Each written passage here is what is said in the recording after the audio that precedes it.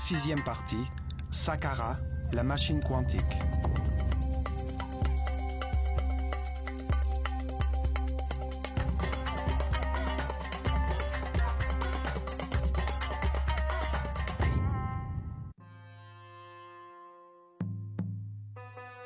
Le sanctuaire de Saqqara.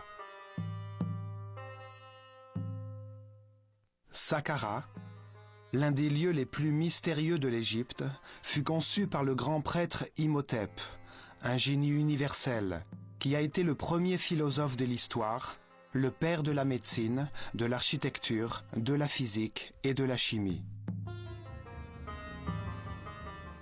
Les Grecs qui firent leurs études en Égypte l'ont rebaptisé Asclépios ou Aesculapius pour souligner ses prouesses médicales.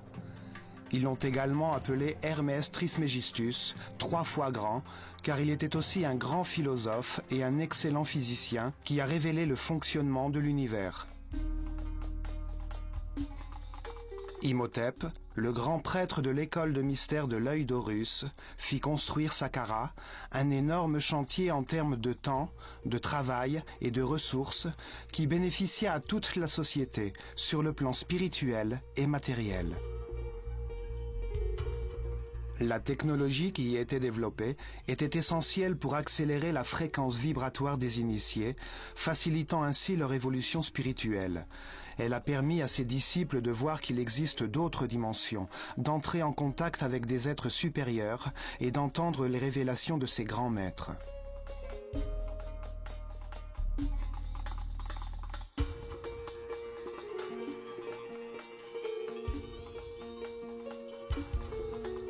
D'un point de vue physique, cette construction a permis de créer des couloirs électromagnétiques qui ont facilité le déplacement des matériaux nécessaires à la construction de leur temple. Saqqara produisait de l'énergie tachyon, l'énergie qui possède la plus haute fréquence vibratoire de tout l'univers. Cette énergie est neutre. Elle se compose des paires de particules de charge électrique opposées qui se neutralisent et s'équilibrent. Puisque cette énergie est neutre, elle ne crée aucune résistance et se déplace à 27 fois la vitesse de la lumière. C'est l'énergie de la pensée quand elle vibre sur la haute fréquence de l'amour. C'est l'énergie que Jésus utilisait pour provoquer les événements extraordinaires que nous appelons miracles. Il a prouvé qu'en vibrant sur la très haute fréquence de l'amour, l'esprit peut diriger l'énergie tachyon, l'énergie de la pensée, pour élever l'énergie vitale des malades, permettant d'incroyables guérisons, allant même jusqu'à les faire revenir du royaume des morts. Elle pouvait permettre aussi d'augmenter la fréquence vibratoire de l'eau pour la transformer en vin. Toutes les choses et tous les êtres de l'univers vibrent à des fréquences différentes selon leur niveau d'évolution. Saqqara produisait un immense champ électromagnétique et des sons qui vibraient à des fréquences différentes. Sa forme et son agencement produisaient et stockaient l'énergie en équilibrant les particules électriques pour les transformer en colonnes ondulatoires stationnaires d'énergie tachyon. La pyramide produisait différentes fréquences, ce qui permettait à tous les disciples, quel que soit leur stade d'évolution, de capter cette énergie et d'élever leur niveau de fréquence. Cela influençait leur niveau d'énergie vitale et leur aura, ou champ électromagnétique. Ils recevaient en même temps une préparation intense qui, après 21 ans d'apprentissage, leur permettait de prendre conscience de l'existence de plus hautes dimensions de la réalité. En manipulant des niveaux supérieurs d'énergie vitale dans la vibration de l'amour, le sens de la télépathie s'éveille, tout comme la sensibilité permettant de percevoir la musique des sphères, la danse des particules subatomiques qui forment l'aura, le champ électromagnétique que chaque être humain produit autour de son corps.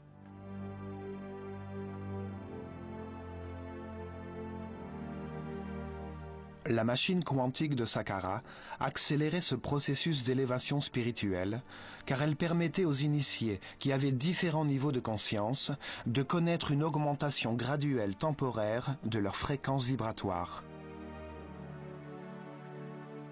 Grâce à la méditation, en recevant les informations nécessaires pour trouver le chemin de la paix et de l'harmonie, en respectant tout ce qui existe, en comprenant que toutes les choses du monde vivant sont reliées entre elles, cette expérience vibratoire pouvait devenir constante. Les disciples les plus avancés, qui demeuraient en permanence à de hauts niveaux de fréquence vibratoire, pouvaient déplacer leur conscience dans le temps et l'espace, voir la chaîne des réincarnations qui leur avait permis d'atteindre le niveau dans lequel ils se trouvaient. Ils pouvaient voir et percevoir des réalités au-delà de la troisième dimension, au niveau évolutif supérieur de l'être humain, dans les mondes des très grands frères, des surhommes éclairés, des êtres qui avaient traversé toutes les étapes de l'évolution pour en tirer leurs enseignements.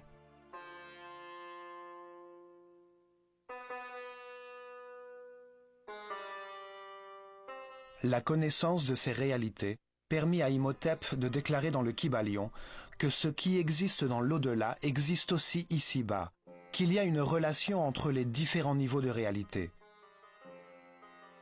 Il a enseigné que le niveau physique, le plus évident pour nos capacités limitées de compréhension, peut être analysé pour trouver des vérités sur d'autres plans de la réalité que nous ne pouvons pas percevoir. Les initiés qui avaient perçu l'étape suivante sur le chemin vers la perfection pouvaient expérimenter personnellement cette réalité avant de revenir parmi leurs semblables pour rayonner d'amour et révéler ces vérités à ceux qui étaient restés à des niveaux inférieurs. La vérification personnelle faisait tenir debout tout le projet pyramidal de la société égyptienne.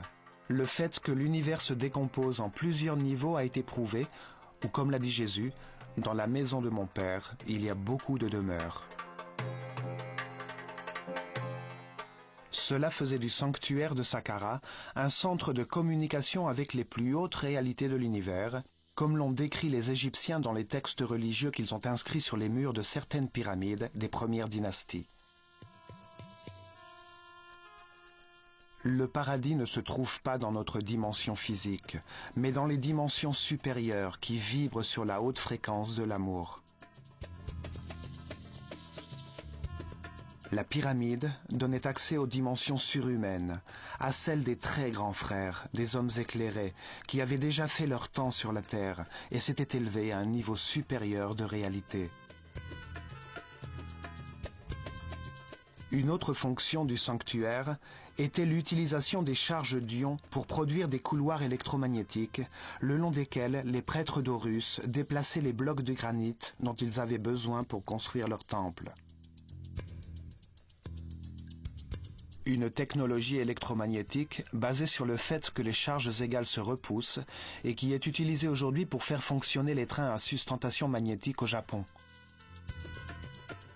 À Saqqara, il a été prouvé que lorsque les objets vibrent à très haute fréquence, ils s'allègent, ils s'éclaircissent, et les êtres humains lévitent.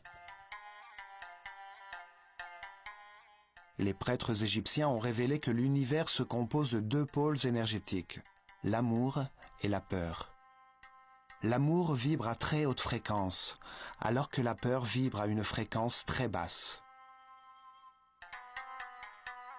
L'être dont la conscience est peu évoluée n'a pas vécu beaucoup de réincarnations sur la Terre. Il sait peu de choses. Il vibre à très basse fréquence. La douleur et la peur dominent son existence. Il demeure dans l'enfer de la vie. L'être qui s'est réincarné plusieurs fois a appris des résultats de ses décisions et petit à petit, sa fréquence vibratoire s'est élevée, tout comme son énergie vitale, et il a appris à respecter, à ne blâmer personne, à vivre dans la paix et l'harmonie. Disposant de davantage de connaissances qu'il a pu vérifier, il comprend le sens d'amour, il vibre sur sa fréquence et atteint le paradis de la vie. Les prêtres se sont consacrés à accélérer le chemin d'évolution de leurs disciples, en les informant, en les entraînant à transcender leur ego et en les sensibilisant aux hautes fréquences vibratoires. De nombreuses années de formation permettaient de comprendre que la vie est un processus de vérification d'informations à travers des expériences personnelles permettant de comprendre que seul l'amour peut transformer l'homme en surhomme.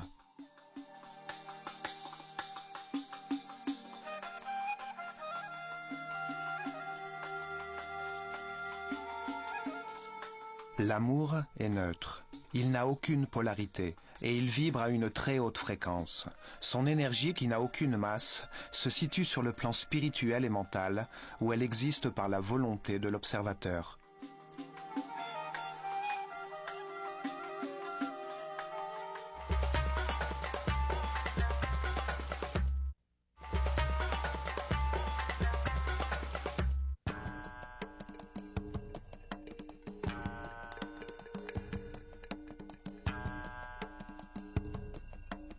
Pour comprendre cet endroit mystérieux, nous allons remonter le temps jusqu'au moment où il n'y avait rien d'autre qu'un immense désert, au moment où Imhotep initia la première étape de la construction de Saqqara, le sanctuaire souterrain.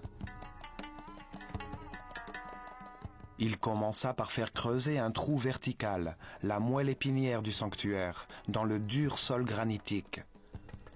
Le trou descend à 30 mètres de profondeur, soit la hauteur d'un bâtiment de 12 étages, et il mesure 10 mètres par 10.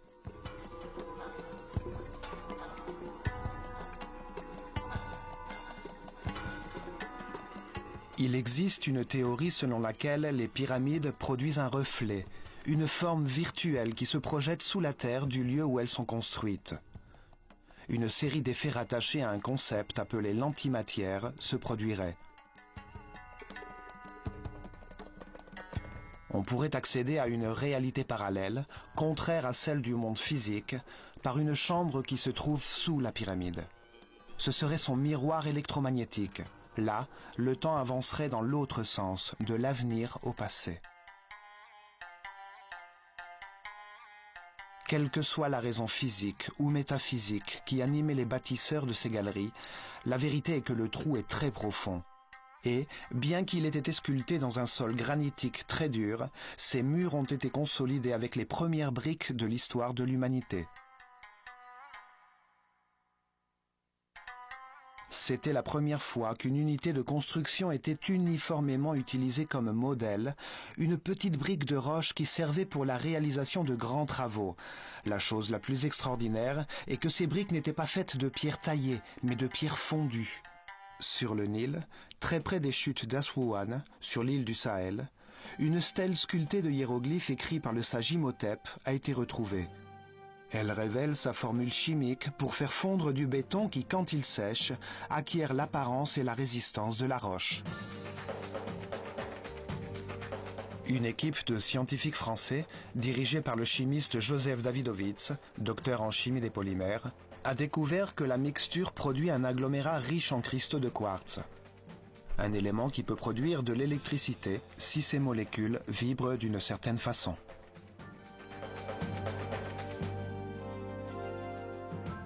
Les Égyptiens mélangeaient des coquilles écrasées et des fossiles qui abondaient à Gizeh, avec du sable contenant un haut pourcentage de quartz et d'aluminium, de la pierre ponce préalablement brûlée, des sels de natron et de l'eau. La mixture produisait une soude caustique qui réagissait avec l'aluminium du sable du fleuve, produisant de l'aluminate de sodium.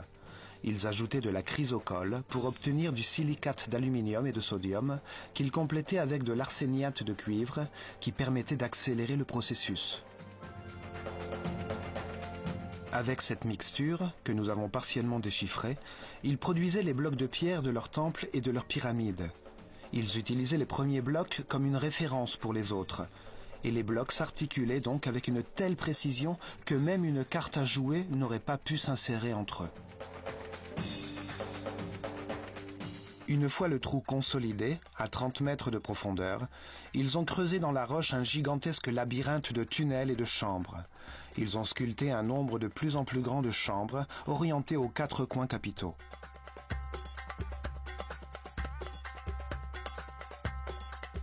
Ils construisirent une chambre adjacente au puits, 2 vers l'est 3 vers l'ouest, 4 vers le nord et 5 vers le sud. Chaque groupe de chambres produisait à l'intérieur une fréquence sonore différente, de plus en plus haute, tout en restant dans l'intervalle des fréquences électromagnétiques de la pyramide. Dans chaque chambre, il y avait des milliers d'urnes en albâtre qui vibraient toutes à l'unisson, sur la même note musicale. La forme des vases en albâtre et des liquides qu'ils contenaient déterminait la note musicale ou la fréquence vibratoire sur laquelle la chambre était accordée. La note Mi retentissait dans 5 chambres, qui constituaient le premier niveau pour la plupart des initiés. Là, il vibrait au-dessus de Ré, qui était la fréquence sur laquelle ils étaient arrivés dans le sanctuaire. Fa vibrait dans les urnes de 4 chambres. Sol vibrait dans 3. La résonnait dans les 2 chambres à l'ouest et, dans la chambre principale de la pyramide, dans un sarcophage en albâtre d'un seul tenant, les meilleurs disciples atteignaient la note Si, ce qui leur permettait d'approcher des dimensions supérieures. On appelle ces espaces les chambres bleues, puisque leurs murs sont décorés avec les premières tuiles en céramique de l'histoire. Il y avait plusieurs nuances de bleu turquoise.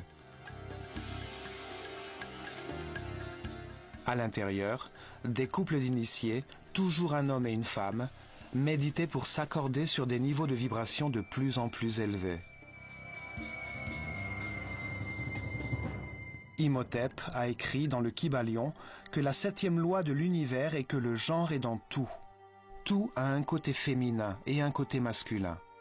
Le genre se manifeste dans toutes les dimensions de l'univers. En entrant par couple dans les chambres, les initiés de l'école des mystères atteignaient l'équilibre. Ils se neutralisaient avec leurs champs électromagnétiques, puisque ceux de l'homme tournent dans le sens des aiguilles d'une montre et ceux de la femme dans le sens inverse. Il a été découvert que les tuiles céramiques sont supraconductrices. Elles n'offrent pas de résistance à une charge électrique. Très certainement, quand le complexe entier était en usage, la colonne ondulatoire modifiait ces molécules pour les rendre neutres.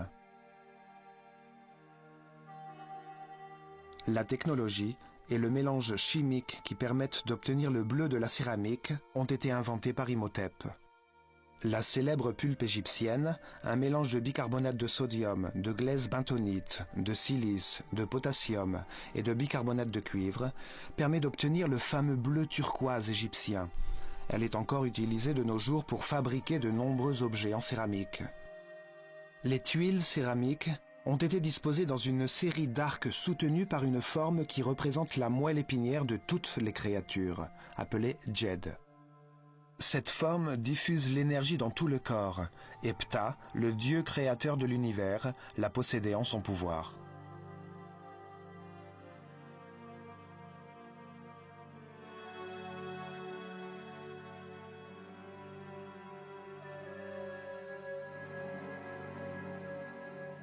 Cette forme a été utilisée dans les colonnes qui conduisaient l'énergie de la pyramide, afin de la canaliser vers les couloirs électromagnétiques par lesquels lévitaient les lourds blocs de pierre.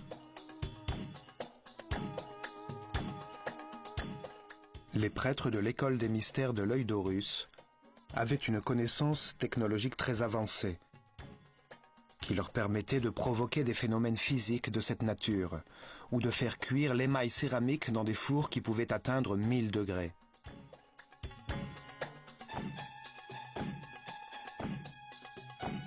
De grandes images en relief, sculptées dans la pierre, ont été trouvées dans ces chambres, comme celle-ci, représentant le pharaon Djéser durant la cérémonie rituelle de la rénovation, le Hebsed, portant une couronne blanche qui représente son pouvoir sur la Haute-Égypte.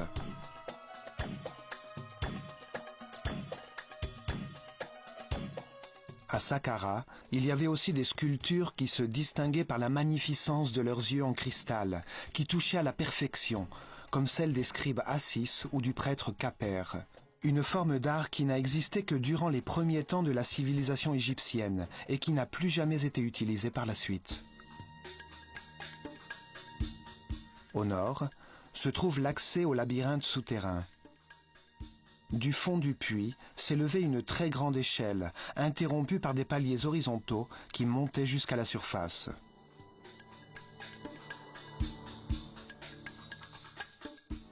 Autour du puits, exactement au-dessus des galeries souterraines, on construisit une plateforme solide, avec les mêmes briques en pierre qui consolidaient les murs du puits. Du côté est, on creusa 11 colonnes, qui descendaient à 5 mètres en dessous des chambres déjà construites. Là, à une profondeur de 35 mètres, à partir de ces colonnes uniformément réparties, 11 galeries s'étendaient vers les autres chambres, stratégiquement placées en dessous des points clés des chambres bleues qui se trouvaient 5 mètres plus haut. Dans ces galeries, plus de 40 000 vases en cristal et en albâtre ont été retrouvés, comme celui-ci, qui représente 1 million d'années avec les 2 trônes de la Haute et de la Basse Égypte. Un des titres du sage Imhotep était « le faiseur de vases ». Dans ces galeries, des milliers de vases en albâtre vibraient en Fa, qui est la fréquence de vibration de la planète. Les galeries étaient les caisses de résonance de la pyramide. Lorsque l'on produisait un son dans ces galeries, il retentissait dans toute la pyramide. L'albâtre est une matière qui peut vibrer et résonner quand on lui applique une force qui correspond à sa fréquence vibratoire. La vibration produite par les urnes avait une fréquence de plus en plus élevée, en fonction du niveau de vibration nécessaire pour la résonance d'une chambre donnée. La fréquence électromagnétique suivait la fréquence sonore.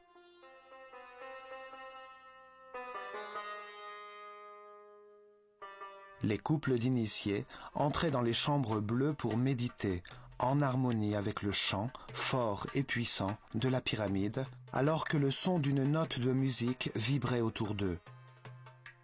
En montant dans la gamme des notes de musique, le chant s'amplifiait.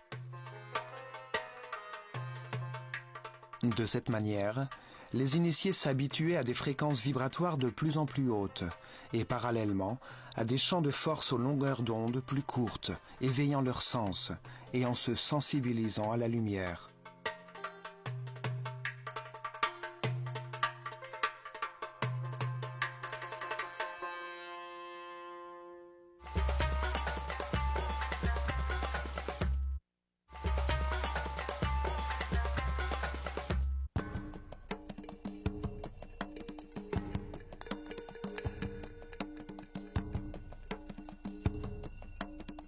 Après avoir médité dans les chambres bleues, accordées au son provenant des urnes en albâtre, et après s'être exposés à de puissants champs électromagnétiques, les initiés élevaient leur fréquence vibratoire.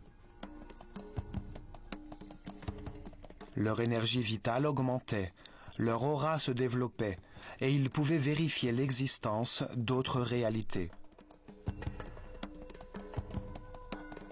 Les différentes notes et vibrations étaient accordées à chaque chakra, conduisant progressivement les disciples vers de plus hautes fréquences, qui leur permettaient de faire des expériences dépassant le monde physique.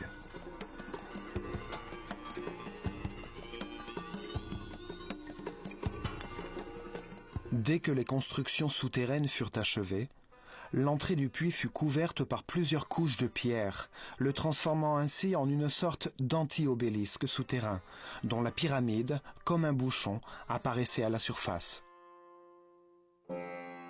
Cette structure ressemblait au mastaba, les buttes de terre utilisées qui constituaient les tombeaux égyptiens, et la pyramide pourrait donc être confondue avec un tombeau.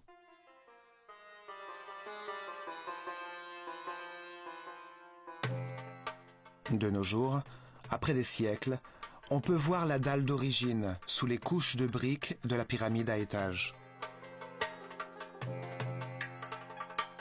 Ainsi, la première étape des travaux souterrains était achevée. Les prêtres ordonnèrent ensuite la construction de la première partie d'un gigantesque processeur en 3 dimensions pour accélérer l'évolution de l'être humain et produire de l'énergie tachyon grâce à une technologie fondée sur la physique quantique. C'est ainsi que débuta la deuxième étape, qui vit l'érection de la première pyramide après le déluge universel. Une pyramide à étages, qui faisait exactement la moitié du volume et du poids de la pyramide finale. Au-dessus du premier étage, qui recouvrait le puits, ils firent construire avec de plus grosses briques 4 niveaux, de 11 mètres de haut chacun, ayant déjà à l'esprit l'idée d'une pyramide à étages. Le corps principal de cette première pyramide mesurait 44 mètres de hauteur. C'est une grosse masse de briques faites de roches composites fondues qui contenait une forte densité de cristaux de quartz. Les molécules de quartz ont la forme d'un tétraèdre, l'une des 5 formes fondamentales de la nature, que l'on appelle les solides platoniciens.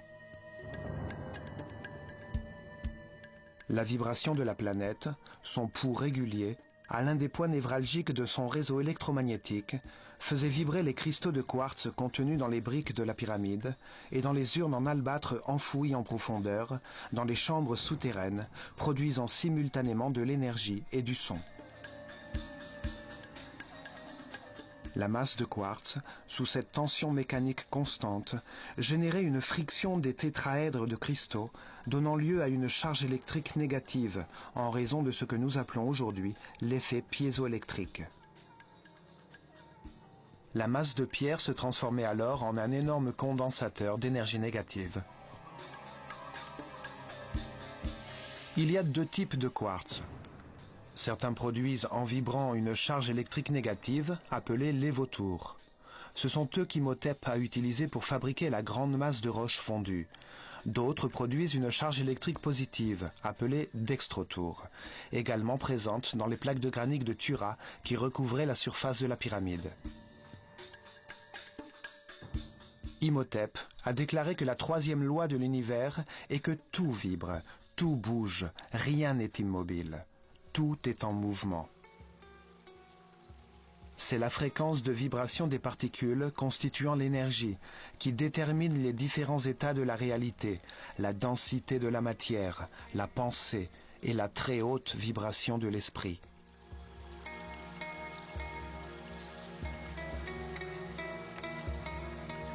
Plus la fréquence de vibration est élevée, plus haut est le niveau de conscience, de connaissance et de respect, et plus on s'avance sur le chemin de l'évolution. Tout vibre, de la matière la plus élémentaire et la plus dense à l'esprit le plus pur. Cette loi détermine l'existence de différents types d'énergie selon leur niveau de vibration. L'énergie électrique, chimique, magnétique, gravitationnelle et tachyon, qui a été produite à Saqqara.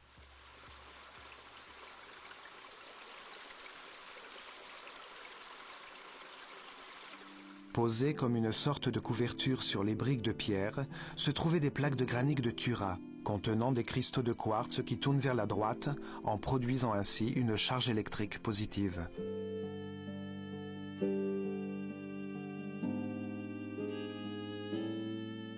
Afin d'isoler la masse des briques de pierre de la surface extérieure de chaque plaque horizontale, ils recouvrirent les briques de blocs de pierre ponce et collèrent les plaques de granit dessus.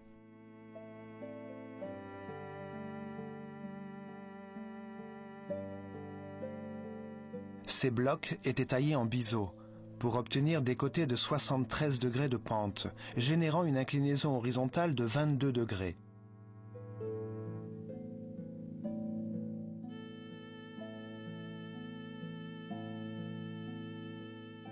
Ces blocs servaient d'isolant entre les 2 charges électriques. La charge négative de la roche en vibration et la charge positive des plaques de granit de Tura qui recevaient, comme une antenne, la charge électrique positive de l'atmosphère qui est très forte dans cette région du globe. La pyramide stockait par conséquent 2 charges énergétiques différentes et opposées. Les cristaux de la surface de ces 4 côtés recevaient des charges d'énergie positive de l'atmosphère. Et la grande masse de quartz en contact direct avec l'énergie de la Terre plongeait ces molécules d'un champ électrique négatif. La 4e loi déclare que tout est double, que tout est polaire. Dans la réalité de notre monde, tout a un contraire, qui lui est identique par nature, mais à un degré divers. Les extrêmes s'attirent. Les 2 pôles sont les 2 extrémités d'une même chose. La chaleur et le froid, en opposition, sont en fait les 2 pôles d'une seule et même chose, la température.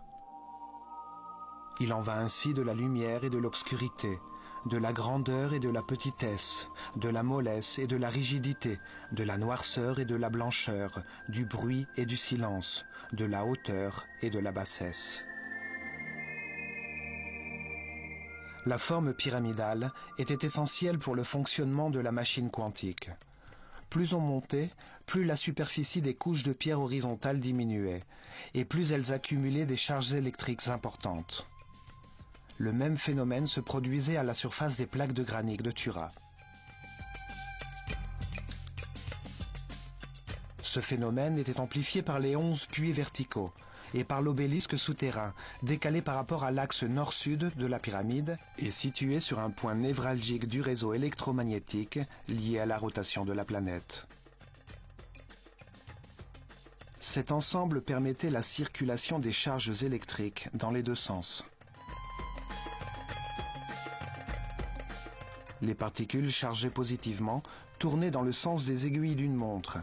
Les particules chargées négativement tournaient dans le sens inverse.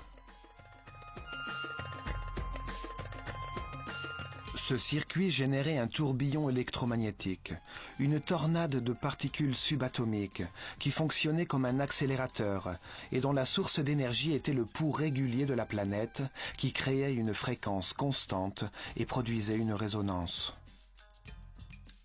À une certaine vitesse et à une certaine fréquence, les forces centripètes et centrifuges faisaient se regrouper les particules de charge et de mouvement opposés qui se neutralisaient et trouvaient un axe commun de rotation à 90 degrés de l'axe de la pyramide, produisant une colonne ondulatoire stationnaire.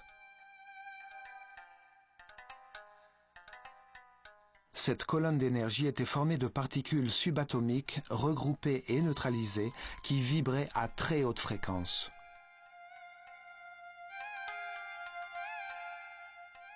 Elles descendaient jusqu'au noyau cristallin de la planète et montaient à des centaines de kilomètres jusqu'à atteindre l'ionosphère. On appelle ces particules neutres et équilibrées l'énergie tachyon. Leur neutralité ne produit pas de résistance lorsqu'elles se déplacent. Elles sont à la base des phénomènes de supraconductivité. En accélérant la fréquence vibratoire de l'énergie, le tourbillon de la pyramide l'a transformée en une énergie supérieure, l'énergie tachyon, qui est de nos jours étudiée par la mécanique quantique. L'énergie tachyon est caractérisée par la plus haute vibration et par la plus grande fréquence de tout le monde réel. C'est l'énergie consciente, l'énergie de l'information, comme celle que l'homme engendre et manipule dans son cerveau quand ses pensées vibrent au rythme de l'amour.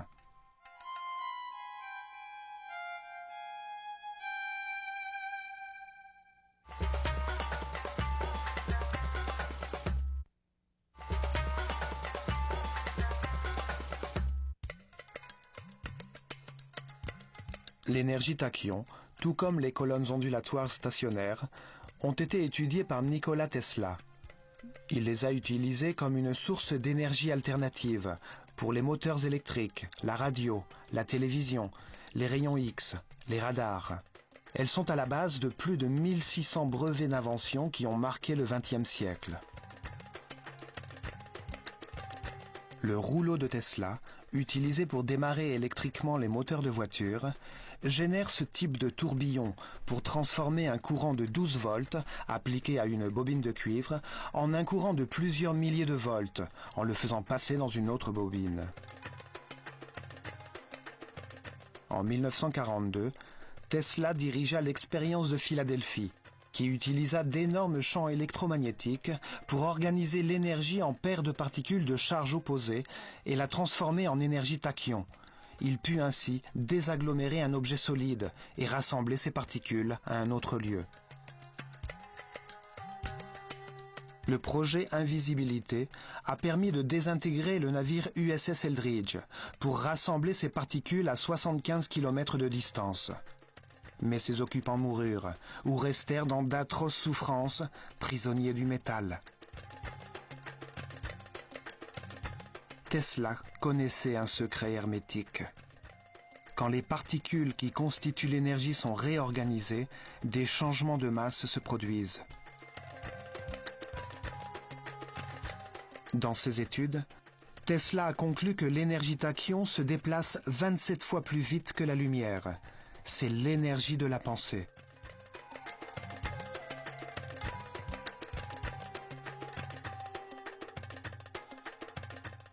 La théorie d'Einstein, dans laquelle la vitesse maximale de la lumière est de 300 000 km/s, se situe à un niveau qui correspond à la réalité.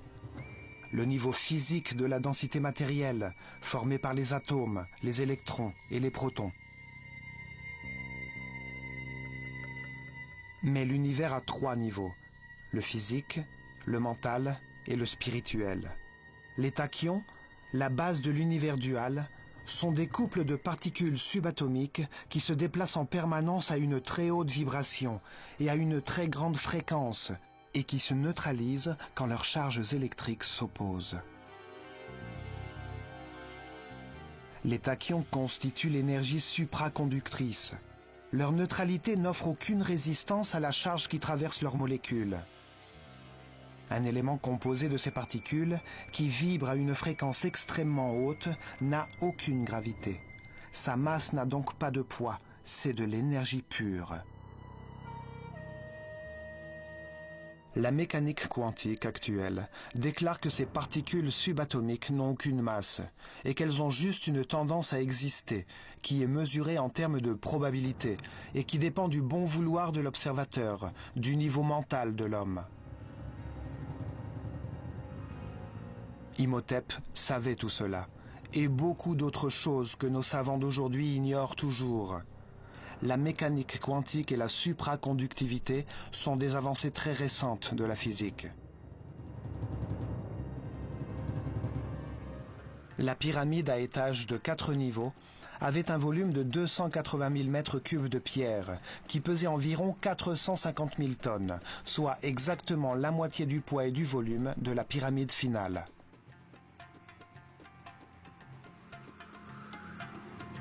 Devant elle, les Égyptiens placèrent des colonnes d'énergie pour créer un couloir électromagnétique qui allait jusqu'à Tura. À partir de là, ils transportaient les matériaux nécessaires à l'aboutissement du projet.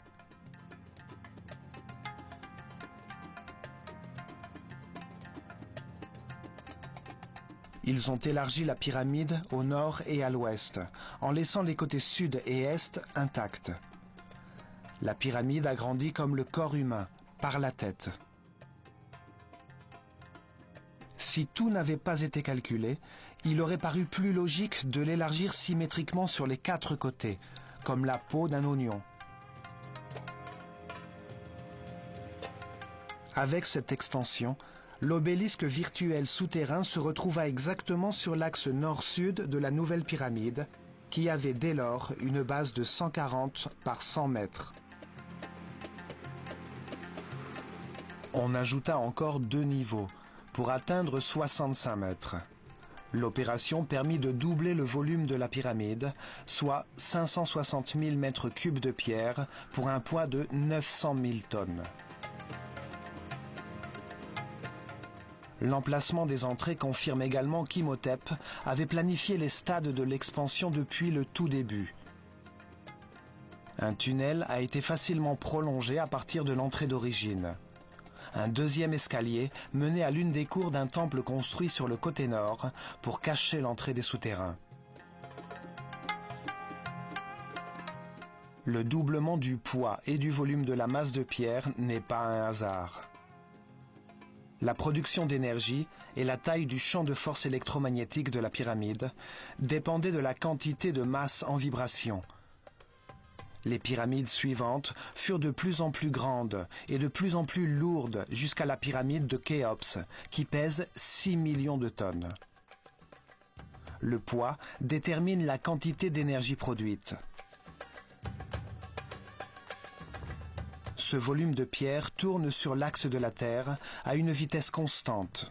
On lui a donné une forme pyramidale, afin d'extraire l'énergie de sa masse, en tirant profit des mouvements naturels de la planète, de sa fréquence de rotation et de sa vibration constante. Dans l'obélisque souterrain, une bobine mobile, composée d'un fil d'or enroulé autour d'une barre en bois, bougeait de haut en bas et de bas en haut. Grâce à ce mouvement, cette bobine impulsait tout le champ électromagnétique de la pyramide et pouvait ainsi induire des changements de fréquence vibratoire dans toute la colonne énergétique. Le puits se transformait en trou de résonance magnétique.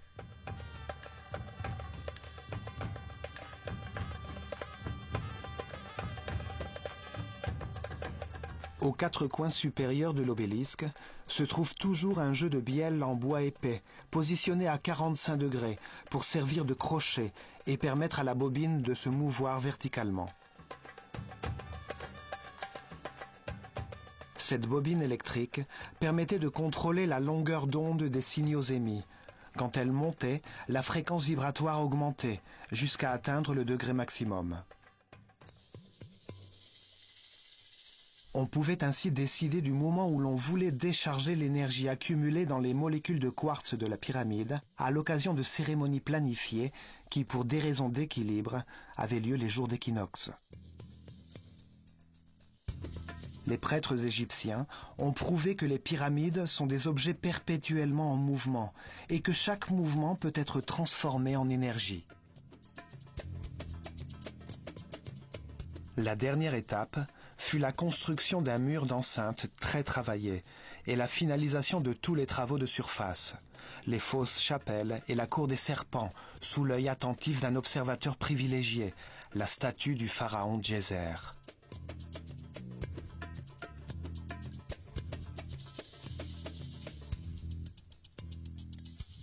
Cette énorme mécanique quantique conçue par Imhotep demanda beaucoup d'efforts, de temps, de ressources humaines et matérielles, mais le bénéfice que la société put en tirer valait bien un tel investissement.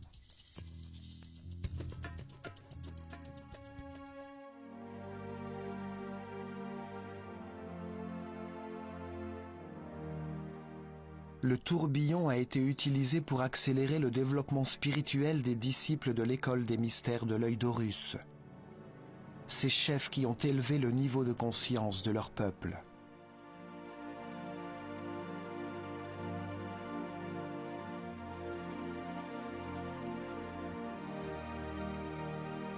L'énergie tachyon produite par la pyramide, en augmentant la fréquence vibratoire du cerveau, raccourcissait la longueur de ses ondes, amplifiait le pouvoir mental de l'initié et élargissait son champ électromagnétique, ou en d'autres termes, son aura.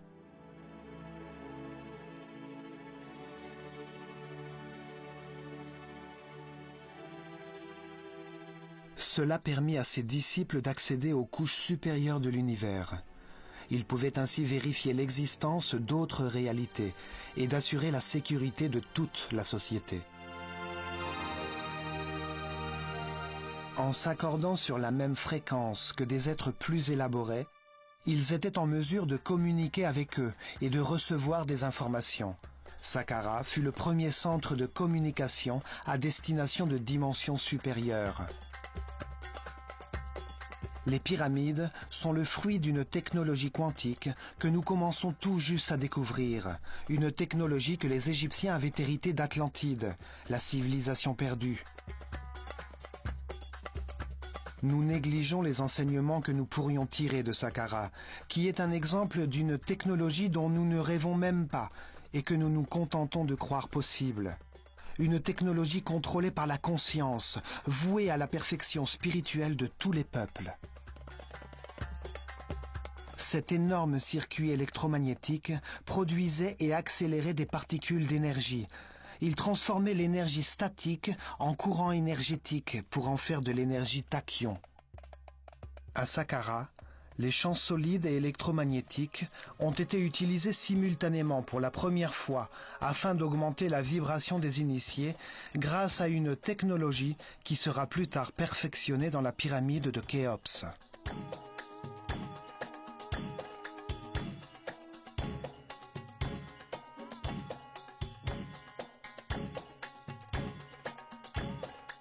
Sur le plan physique, ils ont utilisé l'énergie produite par la pyramide pour construire des couloirs électromagnétiques et générer des phénomènes de supraconductivité.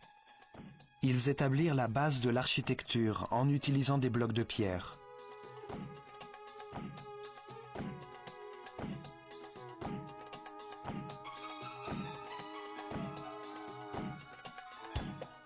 Ils ont prouvé leur sensibilité artistique sur le mur d'enceinte très travaillé et sur les murs de la cour des serpents, dans les détails architecturaux très raffinés du décor de pierre qui dissimulait leur machine quantique.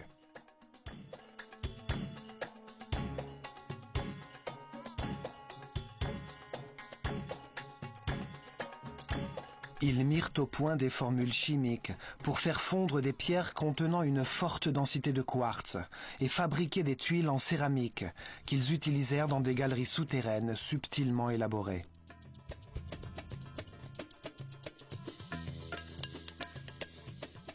Ils se sont servis des hiéroglyphes pour sculpter dans la pierre leur conception de l'univers. Leur vision nous est restée dans les lois fondamentales d'Imhotep, qui ont constitué la base de la connaissance hermétique pour les francs-maçons, les rosicruciens et les templiers. Imhotep a écrit que n'importe quelle cause a son effet, et que n'importe quel effet a sa cause. Rien n'existe par hasard, sans cause, car sinon l'univers serait détruit. En y réfléchissant, Einstein a dit « Dieu n'a pas joué aux dés ».